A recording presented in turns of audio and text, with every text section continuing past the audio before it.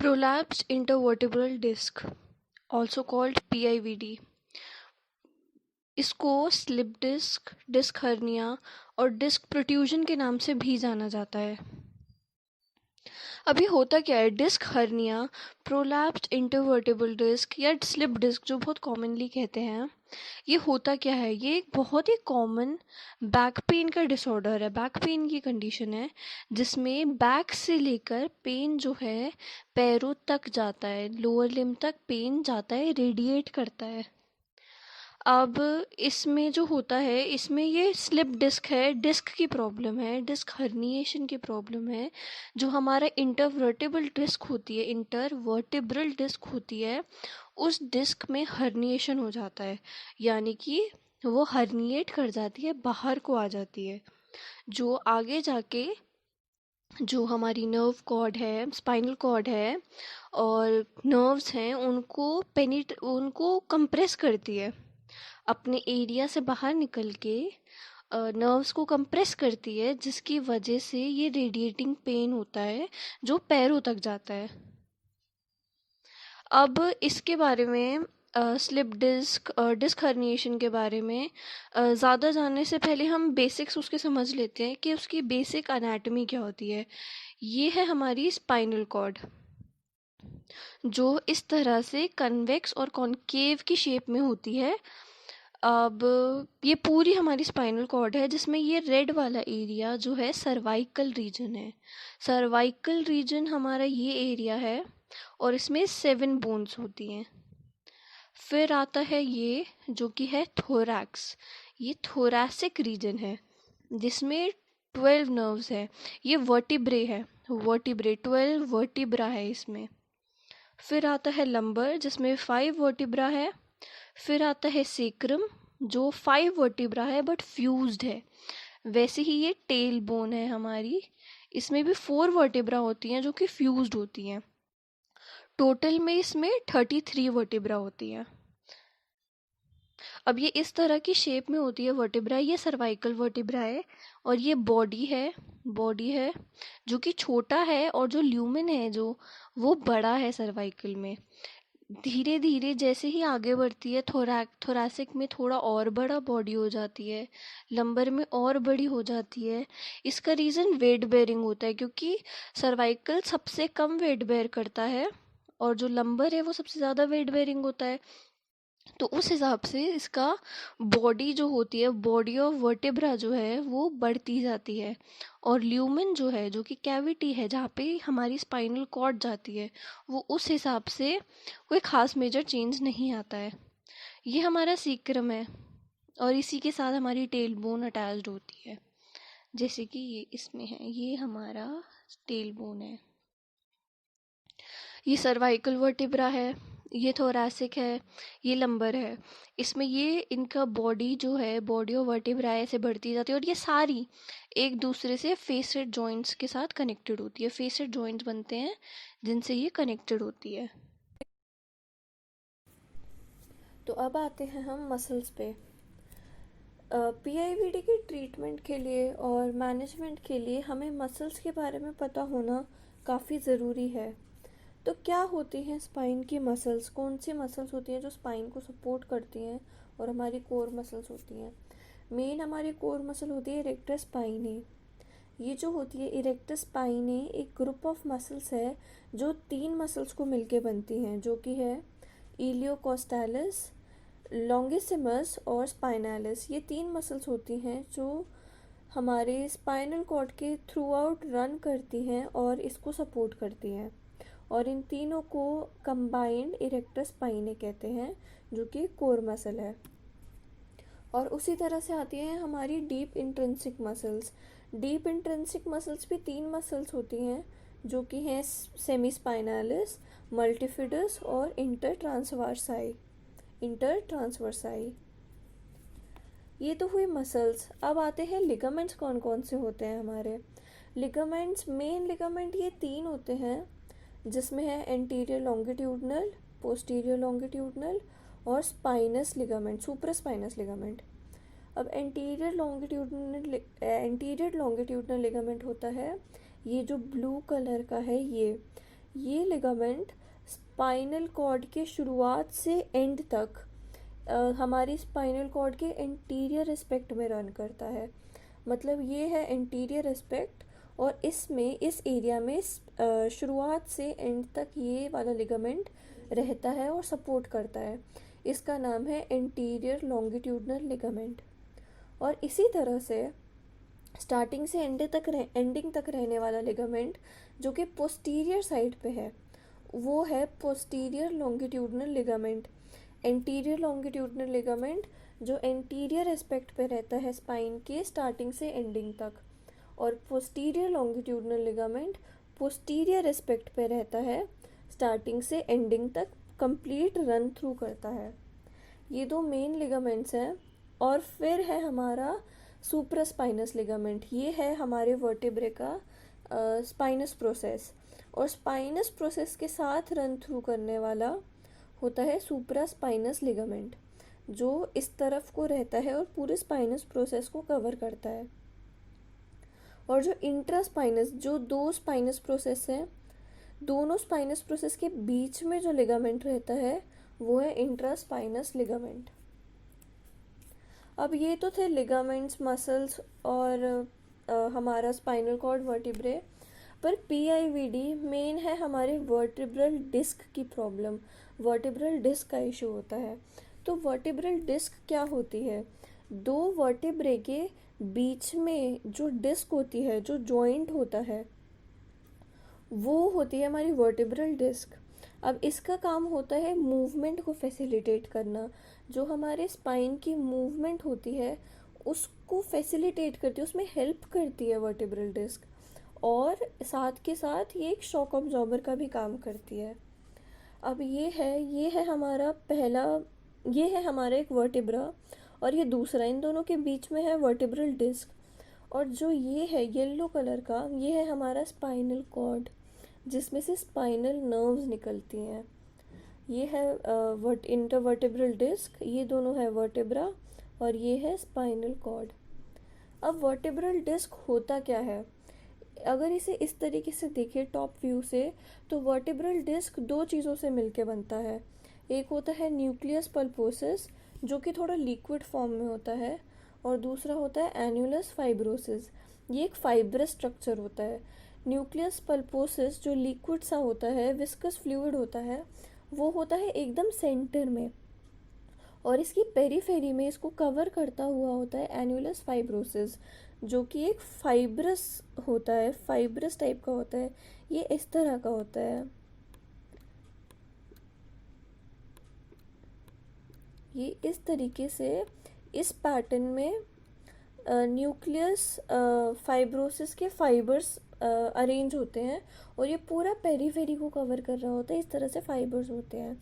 ये बीच में होता है न्यूक्लियस पल्पोसिस, और पेरीफेरी में होता है एन्युलस फाइब्रोसिस। अब होता क्या है पीआईवीडी के केस में? ये हमारा नॉर्मल डिस्क है, बीच में न्यूक्लियस पल्पोसिस है, और कॉर्नर्स में एन्युलस फाइब्रोसिस है। पर पीआईवीडी के केस में जो न्यूक्लियस पल्पोसिस होता है वो एन्युलस फाइब्रोसिस को पेनिट्रेट करना शुरू कर देता है, और धीरे धीरे इससे बाहर आते आते हमारे नर्व्स तक पहुंच जाता है, जिसकी वजह से कंप्रेशन होता है और पेन होता है। ये जो लिक्विड फॉर्म का है न्यूक्लियस पल्पोसिस, वो प्रेशर डालता है बाहर फाइब्रस वाले एन्युलस फाइब्रोसिस को, और इस पे प्रेशर डालते डालते इसको तोड़ते हुए बाहर निकल आता है। और जो बाहर हमारी स्पाइनल कॉर्ड जा रही है उस पे प्रेशर बनाने लग जाता है, हमारे नर्व्स को कंप्रेस करने लग जाता है। अभी इस तरीके से होता है। इसके स्टेजेस होते हैं, 4 स्टेजेस में ये पूरा होता है। अब सबसे पहला स्टेज होता है डिस्क डीजेनरेशन। इसमें क्या होता है, ये जो है ये पिंक कलर का है एन्युलस फाइब्रोसिस, और ये है न्यूक्लियस पल्पोसिस। फर्स्ट स्टेज में जो न्यूक्लियस पल्पोसिस है, जो लिक्विड फॉर्म का है थोड़ा, वो इनर लेयर ऑफ एन्युलस फाइब्रोसिस पे प्रेशर डालना शुरू कर देता है, और उसको तोड़ के इस एरिया में आ जाता है, जो एनुलस फाइब्रोसिस का एरिया होता है उस एरिया में आ जाता है। इनर लेयर, इनर कवरिंग को, जो हमारा इनर बाउंड्री है उसको तोड़ देता है। फिर आती है सेकेंड स्टेज जो कि है प्रोलैप्स। इस स्टेज में एनुलस पल्पोसिस जो है वो बाहर वाली बाउंड्री पर प्रेशर बनाना शुरू करता है। वो यहाँ से बाहर निकल के इस एरिया को कवर कर लेता है और इस वाले जो बाहर की बाउंड्री है इस पे प्रेशर बनाने लग जाता है। ये होती है second stage prolapse. Third stage जो है एक्सट्रूजन। इस स्टेज में ये बाहर वाली लेयर को भी तोड़ देता है और बाहर आ जाता है। ये हो जाती है हमारी थर्ड स्टेज एक्सट्रूजन। और फोर्थ स्टेज जो कि है सीक्वेस्टेशन, ये मोस्ट सीवियर केस है जिसमें एनुलस पल्पोसिस जो है एकदम बाहर आके ड्रॉप्स की फॉर्म में फ्री फ्लोटिंग हो जाता है। ये फ्री फ्लोटिंग हो जाता है ड्रॉप्स की फॉर्म में, एक ड्रॉप की फॉर्म में पूरा बाहर आ चुका है। और जो इस एरिया से जो कि स्पाइनल कॉर्ड जा रही है उस पर प्रेशर बनाना शुरू कर देता है। अब स्पाइनल कॉर्ड पे प्रेशर बनता है तो पेन जनरेट होएगा, और जहाँ पे भी वो वाली नर्व्स, ये जिस भी एरिया में हो रहा है उस तरफ की जो नर्व्स जा रही हैं उन नर्व्स की सप्लाई को अफेक्ट करेगा और उधर पेन और सिम्टम्स उधर देखे जाते हैं जहाँ पे भी ये नर्व्स को कंप्रेस कर रहा होता है।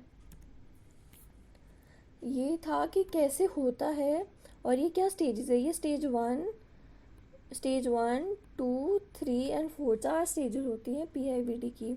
स्टेज 1 होती है डिस्क डीजेनरेशन, स्टेज 2 होती है प्रोलैप्स, स्टेज 3 सीक्वेस्टेशन एक्सट्रूजन, स्टेज 4 होती है सीक्वेस्टेशन। अब आते हैं हम कॉजेस पे कि PIVD के कॉजेस क्या हैं। PIVD मोर ऑफ एक एज रिलेटेड कंडीशन है जिसमें एज के साथ डिस्क का डीजनरेशन हो जाता है, जिसकी वजह से इस तरह के सिम्टम्स आते हैं। जैसे जैसे हमारी एज बढ़ती है फ्लेक्सिबिलिटी जो होती है वो कम होने लग जाती है और टीयरिंग होने के, रप्चर होने के चांसेस काफ़ी बढ़ जाते हैं, जिसकी वजह से PIVD जैसे केसेस हो सकते हैं। अब अपार्ट फ्रॉम एजिंग के, एज होने के अलावा और क्या रीज़न हो सकता है PIVD का, वो होता है कोई ट्रॉमा, कोई चोट लगना, गिरना, कोई फॉल या फिर कोई बैक पे चोट लग जाना, जिसकी वजह से भी PIVD हो सकता है। इसके दो कॉजेज़ हो सकते हैं। एक होता है एज, मतलब एज के साथ वीक हो जाना, फ्लेक्सिबिलिटी कम हो जाना और वियर एंड टियर होना। दूसरा कॉज होता है कोई ट्रॉमा। इसके साइंस एंड सिम्टम्स क्या होते हैं। साइंस और सिम्टम्स PIVD के ये होते हैं severe low back pain. Low back pain अगर लंबर साइड पे डिस्क हर्निएशन हो रहा है तो वो बैक पेन देगा। अगर वो डिस्क हर्निएशन कहीं और हो रहा है जो कि सर्वाइकल एरिया में होता है तो वो नेक पेन देगा। जिस एरिया में होता है उस एरिया का पेन। फिर रेडिएटिंग, जोन जोन सी नर्व्स हमारी कंप्रेस होती हैं वो उस एरिया में रेडिएटिंग पेन देती है। पेन रेडिएटिंग होता है towards buttocks, thighs and legs and feet. पूरा एरिया को, सप्लाइंग एरिया को रेडिएटिंग पेन देता है, झंझनाहट होती है, टिंगलिंग सेंसेशन होती है। और पेन कफिंग, स्ट्रेनिंग, लाफिंग जैसे केसेस में बढ़ जाता है।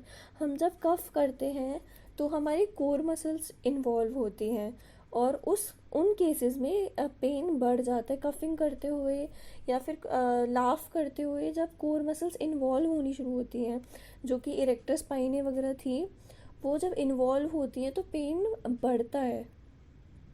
मसल स्पाज्म, टिंगलिंग और नमनेस इन दी लेग्स और फीट। जोन सी इन्वॉल्व नर्व है, जोन सी नर्व कंप्रेस हो रही है, वो टिंगलिंग सेंसेशन और नमनेस प्रोड्यूस करती है। तो जोन सी नर्व कंप्रेस हो रही है एनुलस पल्पोसिस की वजह से, वो टिंगलिंग सेंसेशन देगी और नमनेस देगी। बाकी इसमें मसल वीकनेस होती है, एट्रोफी होती है और loss of bladder and bowel control भी होता है। बाकी arm and muscle weakness, arm muscle weakness अगर हमारे सर्वाइकल या थोरैसिक रीजन में PIVD हुआ है, स्लिप डिस्क जो हमारा थोरैसिक या सर्वाइकल रीजन में हुआ है तो आर्म्स की भी वीकनेस दिखी जाती है। डीप पेन नियर और ओवर शोल्डर ब्लेड्स, जो कि स्कैपुला की तरफ पेन आता है। Increased pain in bending neck and turning neck towards the side, को मूवमेंट में पेन आएगा नेक का, या फिर अगर बैक में है तो बैक की मूवमेंट में पेन आएगा। कफिंग, स्ट्रेनिंग, लाफिंग में पेन बढ़ जाता है। अब आता है नेक पेन। अगर हमें PIVD slip disc neck area cervical region में हुआ है तो नेक पेन और बैक पे पेन के केसेस भी देखे जाते हैं। बैक पे और नेक पे पेन भी होता है।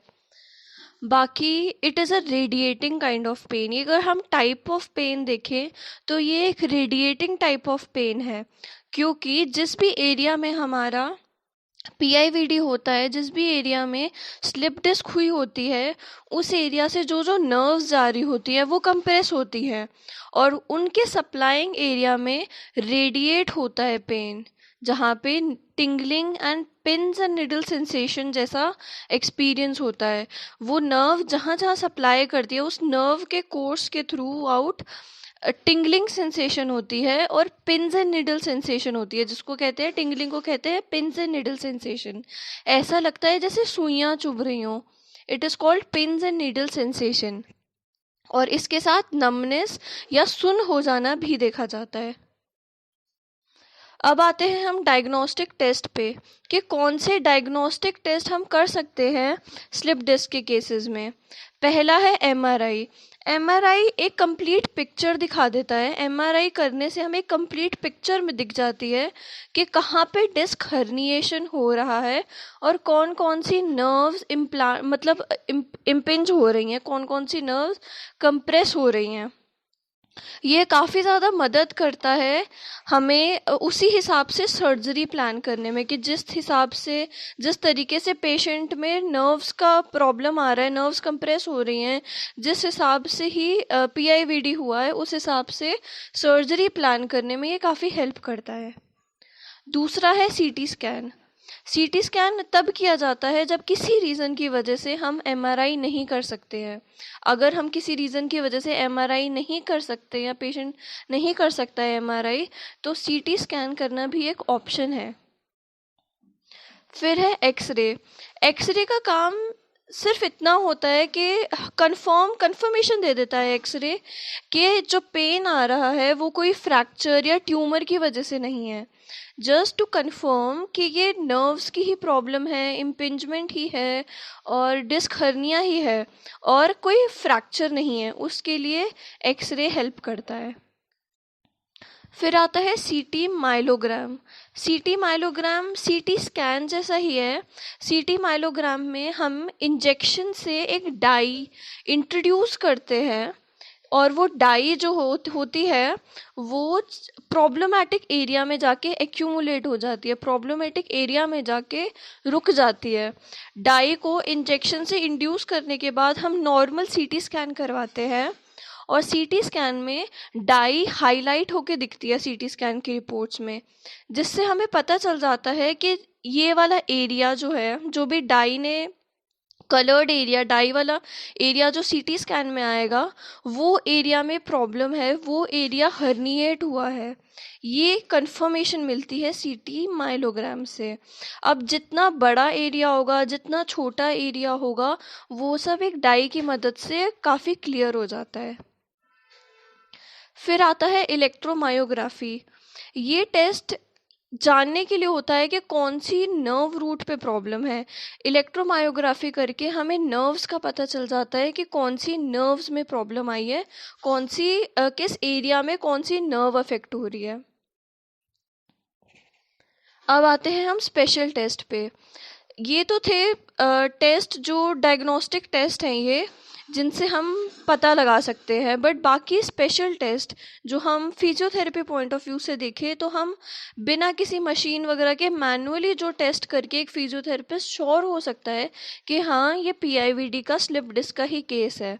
अब वो काफ़ी टेस्ट है जो हम कर सकते हैं, जैसे कि straight leg raise, cross straight leg raise, femoral nerve traction test, prone knee bending, slump test, इस तरह के काफ़ी टेस्ट हैं जो श्योर हो सकता है एक फिजियोथेरेपिस्ट मैन्युअली करके कि हाँ ये केस पीआईवीडी का है। अब आते हैं हम ट्रीटमेंट पे। इसके ट्रीटमेंट के लिए पीआईवीडी कोई मेडिसिन से ठीक नहीं होता है, बट हम इसका पेन और सिम्टम्स को रिड्यूस करने के लिए काफ़ी मेडिसिन दे सकते हैं। जैसे कि इसमें पहला है रेस्ट, जिसमें पेशेंट को रेस्ट सजेस्ट किया जाता है कि वो रेस्ट करे और उसके साथ पेन किलर्स, एनाल्जेसिक्स दी जाती हैं। रेस्ट और पेन किलर पेन को रिड्यूस कर देता है और कंडीशन को बेटर करने में हेल्प कर देता है। फिर आता है रिडक्शन।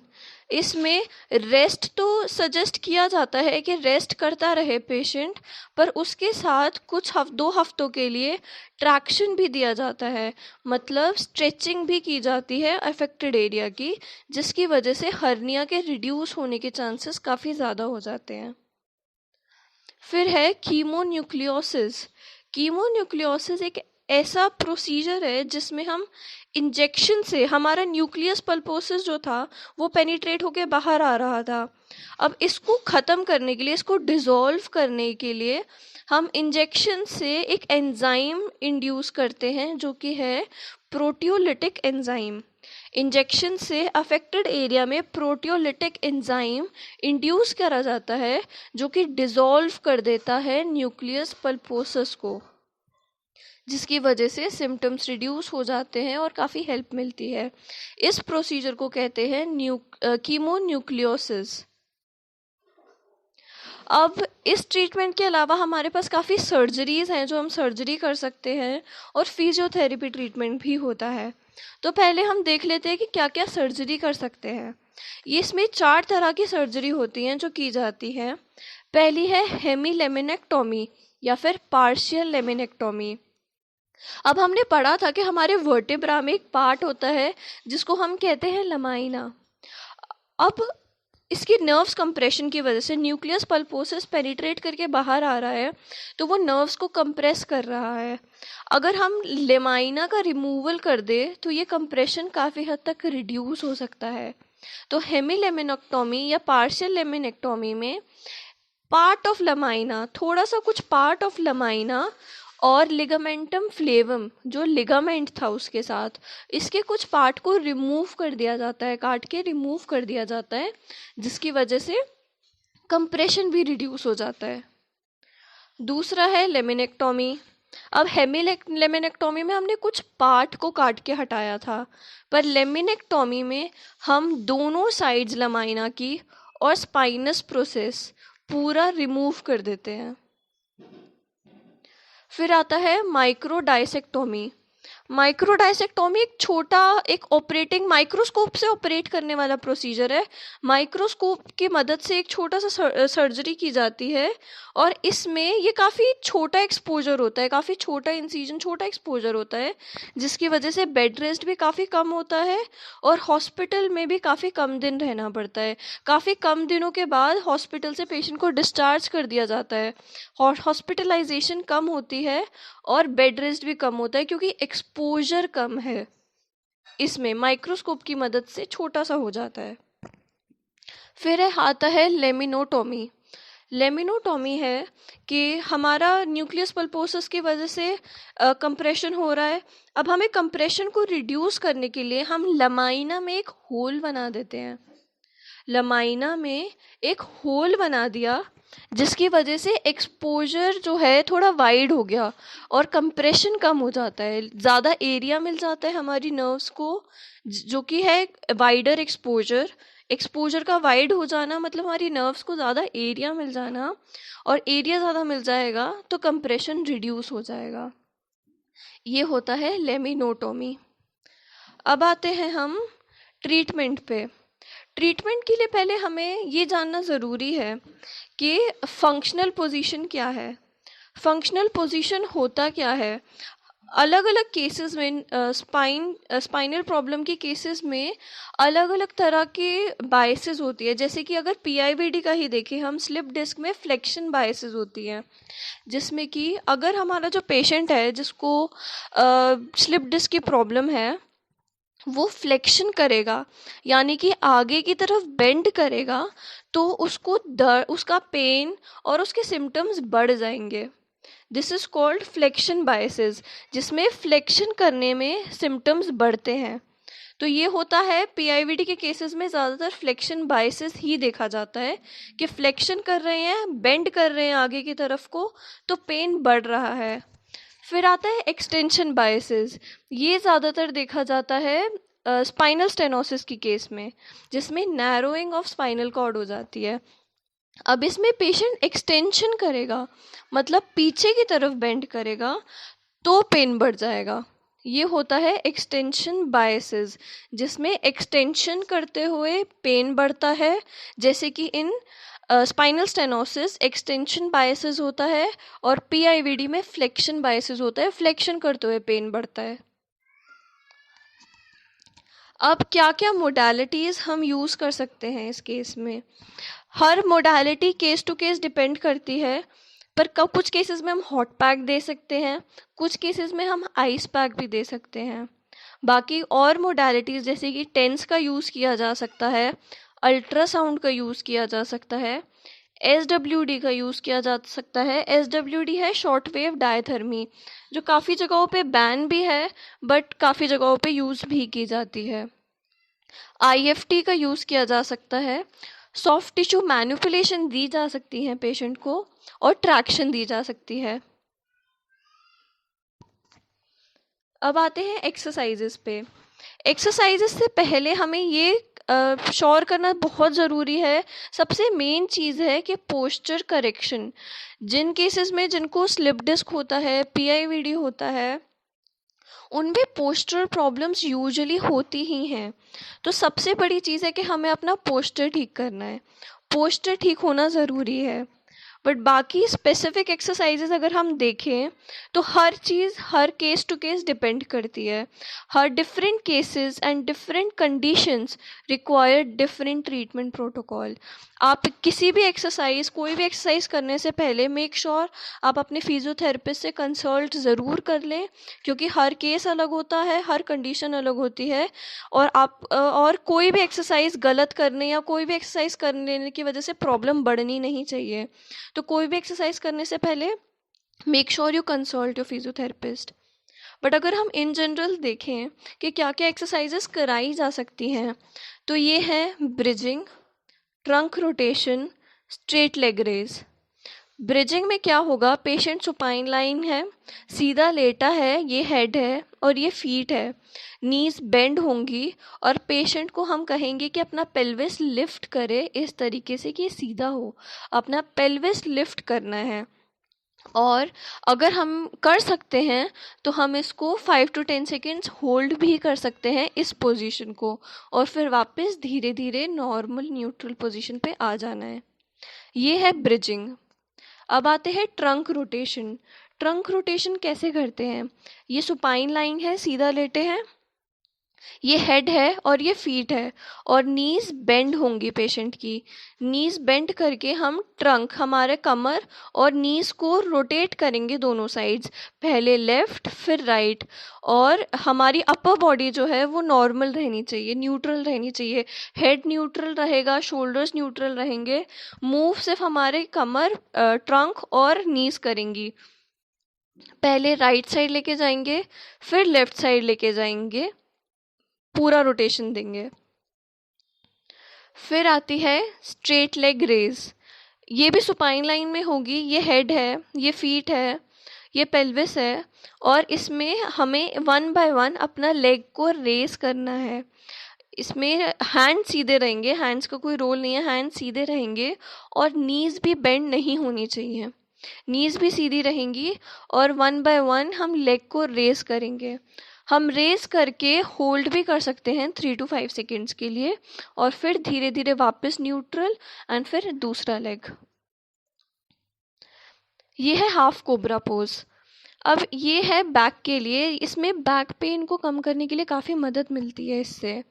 अब ये कैसे करेंगे? पेशेंट प्रोन लाइंग है, उल्टा लेटा है, ये इस तरह की हमारी एल्बो की पोजीशन रहेगी, इस तरह से एल्बो रहेगी, इस तरह से हमारी फीट रहेगी, और हम धीरे धीरे अपना हेड और अपर बॉडी को धीरे धीरे लिफ्ट करेंगे ऊपर को। लिफ्ट करके हम होल्ड भी कर सकते हैं, 5 to 10 सेकेंड्स होल्ड करेंगे और फिर वापस धीरे धीरे धीरे वापस उसी पोजीशन में आएंगे। ये है half cobra pose back pain के लिए। अब ये है कैट एंड काउ पोज। इसमें हमारी नीज ऐसे होंगी 90 डिग्री, एल्बोज स्ट्रेट होंगी, और पहले स्लाउच करेंगे और ऐसे करेंगे, अपना बैक को पूरा पीछे को लेके जाएंगे, पूरा पूरा स्ट्रेच करेंगे पीछे की तरफ को, फिर धीरे धीरे आगे की तरफ को स्ट्रेच करेंगे, पूरा का पूरा जितना ज़्यादा से ज़्यादा हम कर सकते हैं, और फिर वापस न्यूट्रल।